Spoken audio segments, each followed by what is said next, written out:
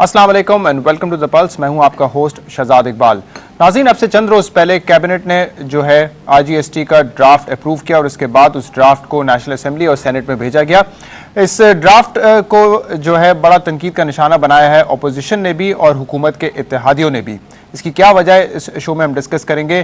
क्या हुकूमत के इत्तेहादी और अपोजिशन पार्टीज सिर्फ पॉइंट स्कोरिंग कर रही हैं या फिर उनके इख्तलाफात के पीछे कोई लॉजिक मौजूद है। हम प्रोग्राम में ये भी बात करेंगे कि हुकूमत अगर आरजीएसटी का ये ड्राफ्ट अप्रूव करवाने में नाकाम हो जाती है सेनेट से या सेनेट की स्टैंडिंग कमेटी से या नेशनल असेंबली से या नेशनल असेंबली की फाइनेंस कमेटी से, तो फिर क्या होगा। क्योंकि इतना सादा सा बिल है और हुकूमत अगर ये बिल भी नहीं पास करवा सकी तो कहा जाएगा कि हुकूमत खत्म हो गई है। इस पर हम बात करेंगे। हमारे साथ आज प्रोग्राम में मौजूद हैं तहरीक इंसाफ के रुकन नबील यूसुफ गबोल साहब। बहुत बहुत शुक्रिया यूसुफ मलिक गबोल साहब, आप शो पर तशरीफ लेके आए। और पाकिस्तान पीपल्स पार्टी से हमें ज्वाइन कर रहे हैं एंडी खान साहब। खान साहब, thank you very much for joining us. Andy Khan साहब, पहले तो मैं आपका मौक़िफ़ जानना चाहूँगा। आरजीएसटी पे बहुत कुछ लिखा भी गया है, काफ़ी तनकीद भी हो चुकी है, यकीनन आपकी नज़रों से भी गुजरी होगी। जो तनकीद इस पर हुई है उससे इत्तेफाक करते हैं आपकी ये वजह थी तनकीद? मैं डिफरेंटली सोचता हूँ इस पर। लेकिन सबसे बड़ी बात यह है कि ये टैक्स इम्पोज किया जा रहा है मुल्क के इक़्तिसादी हालात को मद्देनज़र रखते हुए और बशमूल जो हालिया सैलाब में जो फ्लड में इफेक्टीज़ हैं तकरीबन जो 2 करोड़ हैं और 1 करोड़ से कहीं ऊपर जो है कल्टिवेटेड लैंड सफ़र हुई है उससे। तो अब मसला सबसे बड़ा ये है कि इनकी आबादकारी भी है और इक़्तिसादियात वैसे आपकी इतनी सेहतमंद नहीं है कि जिसकी बुनियाद पर आप नेचुरल क्लैमिटीज़ को फेस आउट कर सकें। और ये क्लैमिटी इतनी बड़ी क्लैमिटी है कि इंटरनेशनल लेवल पे कहा गया है कि यानी आसपास तारीख़ के अंदर इतना बड़ा ट्रेजिक सानहा नज़र नहीं आता है कि जिसमें इतनी बड़ी तादाद में लोग जो हैं अपरूट हो गए हों और उनके रिहेबिलिटेशन का मसला है। तो इस पस मंज़र में इस बिल को हमें लॉजिकल स्पिरिट में लेना चाहिए। 2 और 2 मिला के 4 होते हैं, ये मैथमेटिक्स का फार्मूला है और लॉजिक इसी पर बेस्ड होती है। हुकूमत को क्या ज़रूरत थी? देखिए, ये एक मुंतखब हुकूमत है जिसे एक स्पेसिफाइड मैंडेट मिली है। 5 साल के बाद उन्हें अवाम के सामने पेश होना होगा अपने दफ्तर अमल के साथ और फिर उनकी डेस्टिनी का इन्हिसार जो है अवाम की पब्लिक ओपिनियन पर होगा। तो कोई भी इलेक्टेड गवर्नमेंट अनपॉपुलर होना नहीं चाहेगी, लेकिन कभी कब हालात का जबर होता है कि ऐसे तल्ख फैसले करना पड़ते हैं लार्जर इंटरेस्ट के लिए, नेशनल इंटरेस्ट के लिए, पब्लिक इंटरेस्ट के लिए। तो इस स्पिरिट के साथ आप इसे देखें। और दूसरे, मैं ये आपसे ज़रूर अर्ज़ करूँगा कि गवर्नमेंट जमहूरी हुकूमत है, इत्तेहादी हुकूमत है, उसने ये बिल पास किया है काबीना के मशावरत से। काबीना के मानी ये है कि गवर्नमेंट पूरी इन टोटलिटी गवर्नमेंट, क्योंकि इत्तेहादी हुकूमत है तो सारे जो स्टेक होल्डर्स हैं वो भी काबीना का हिस्सा हैं।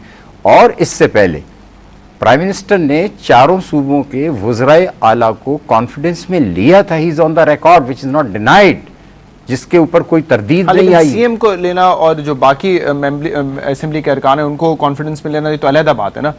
नहीं, देखिए, सीएम जो है वो रिप्रेजेंट करता है प्रोविंस के इंटरेस्ट को, उसकी इकोनॉमी के जो इंटरेस्ट हैं इख्तिसादी।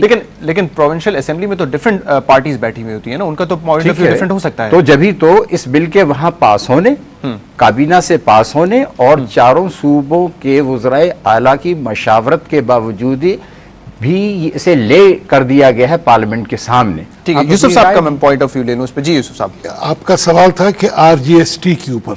जी खान साहब बात कर रहे हैं गालिबन फ्लड टैक्स की। ये 3 चीजें साथ थी वैसे, आरजीएसटी, फ्लड सरचार्ज और एक्साइज ड्यूटी।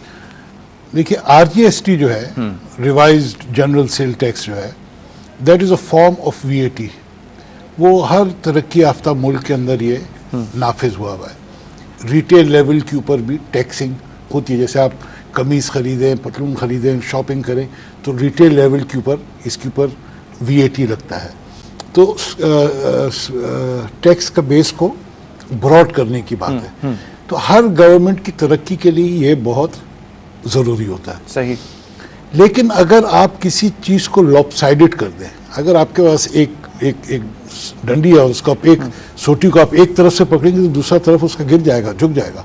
उसको बैलेंस करना आपने बड़ा ज़रूरी होता है। अब आपके मुल्क में जो हाल चल रहा है, जो इलेक्ट्रिसिटी का हाल है, जो गैस का हाल है, आपने सुना होगा कि 4-4, 5-5 दिन फैसलाबाद की फैक्ट्रियां बंद पड़ी हुई हैं बिकॉज ऑफ गैस राशनिंग। अब फैसलाबाद एक्सपोर्ट करता है, आपका एक्सपोर्ट अर्नर है। अगर आपकी प्रायोरिटीज आपको नहीं मालूम कि आपकी एक्सपोर्ट अर्निंग आर्म जो है वो डिसफंक्शनल हुआ है, उसके ऊपर आप कुछ भी, उसमें जो लोग वहां काम कर रहे हैं वो बेरोजगार होंगे। कंट्री की इकोनॉमी का हाल आप देखें क्या हो रहा है, उसके ऊपर आप जब मजीद टैक्स लगा जाएंगे, मैं टैक्स के अगेंस्ट नहीं हूं, आई थिंक टैक्स लगने चाहिए। मौजूदा सूरत हाल में बैलेंस किस तरह करें, फिर आगे बताएं ना। देखिए बैलेंस, ये टैक्स जो लग रहा है ये इसलिए लग रहा है कि आपको जो IMF से आपने लोन लिया है उनकी ये प्री कंडीशन थी कि आप ये लगाएंगे। मैं IMF का आपको एक सरासर लेमैन लैंग्वेज में कॉन्सेप्ट समझा दूं। आप एक सूदखोर के पास गए कि मुझे पैसे दे दो, सूदखोर ने आपको ये कहा कि ठीक है मैं पैसे तुम्हें दे दूंगा, लेकिन तुम मुझे अपना एक बैलेंस शीट बताओ कि तुम ये पैसे मुझे कैसे वापस करोगे। उसमें आपने लिखा हुआ है कि जी आपके बच्चों की फीस 10,000 रुपए है महीने की। वो पहला काम आपसे कहता है कि यार ये जो 10,000 तुम फीस दे रहे हो ना, ये फीस तुम बच्चों की ना दो, इसको तुम डाल दो यतीम खाने में, वहां इसकी एजुकेशन फ्री हो जाए बच्चों की, और ये जो 10,000 बचेंगे ये तो मेरी डेट को रीसर्विस करें आप। IMF focus on those patterns, वो आपको डिक्टेट करता है कि क्या करो क्या नहीं करो, कि हमारा पैसा किस तरह वापस आएगा।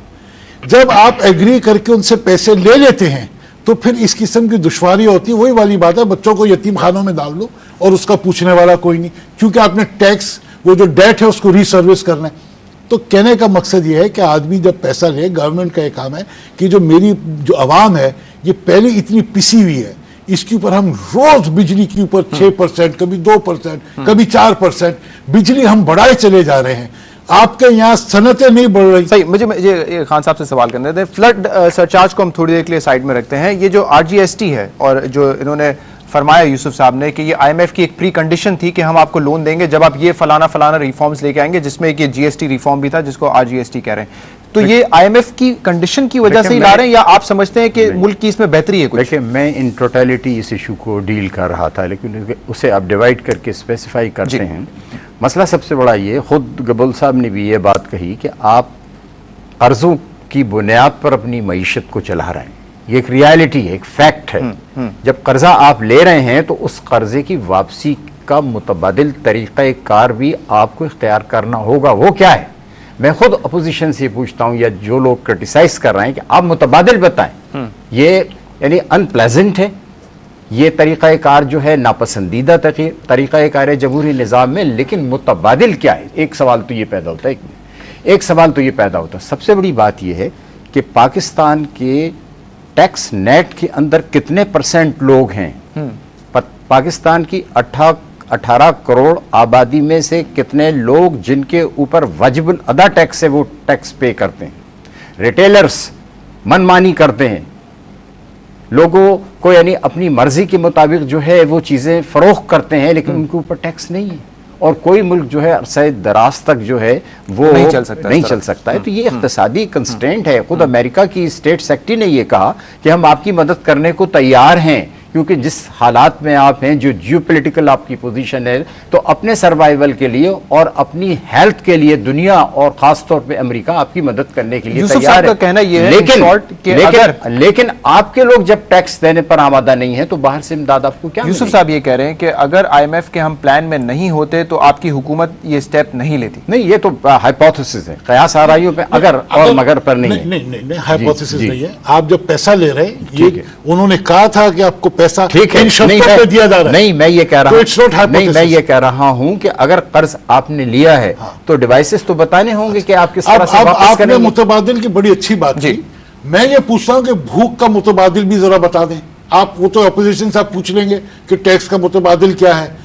ऑपोजिशन को छोड़ी आवाम हुकूमत से ये पूछ रही है कि जो भूख से लोग मर रहे हैं, महंगाई बिजली के ऊपर, पेट्रोल के ऊपर, हर चीज पे महंगाई हो रही है, नौकरियां जा रही है और नहीं आ रही हैं।